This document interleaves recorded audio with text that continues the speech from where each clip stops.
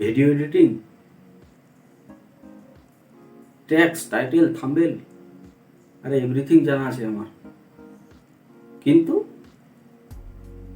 ক্যামেরার সামনে আসতে লজ্জা লাগে।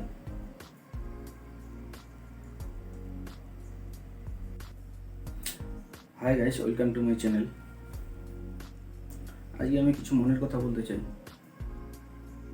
আমাদের মিডিল ক্লাস লোকের না অ্যাটিটিউডই আলাদা। কি বলবো, আর অ্যাটিটিউড জীবন খতম হয়ে যাবে, কিন্তু অ্যাটিটিউড যাবে না।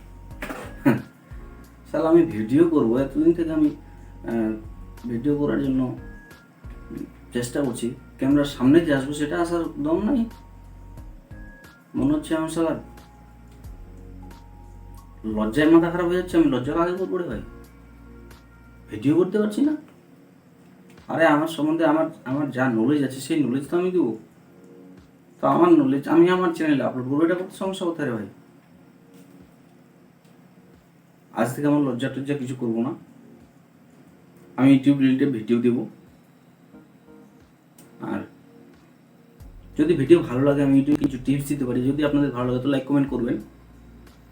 আর অনেকদিন থেকে ভিডিও করছি, আমি ন্যাচারাল ভিডিও করেছি, আমি কার ড্রাইভ ভিডিও করেছি, কোনো লাভ হয়নি। মোটামুটি আমার এক চ্যানেলে 210টা ভিডিও আছে, 1000 সাবস্ক্রাইবার আর 4000 ওয়াচ টাইম ম্যানেজ করতে পারেনি, এখনও পর্যন্ত রেডি করতে পারেনি। 2018 থেকে আমার ওই চ্যানেল চলছে।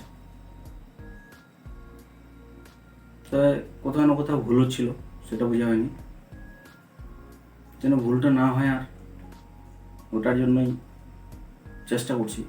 ভুল তো মানুষেরই হয়।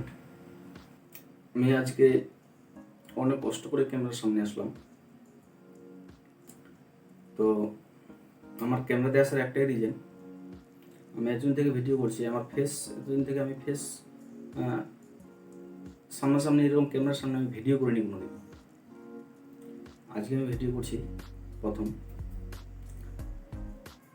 নতুন চ্যানেল একটা ক্রিয়েট করছি আজকে।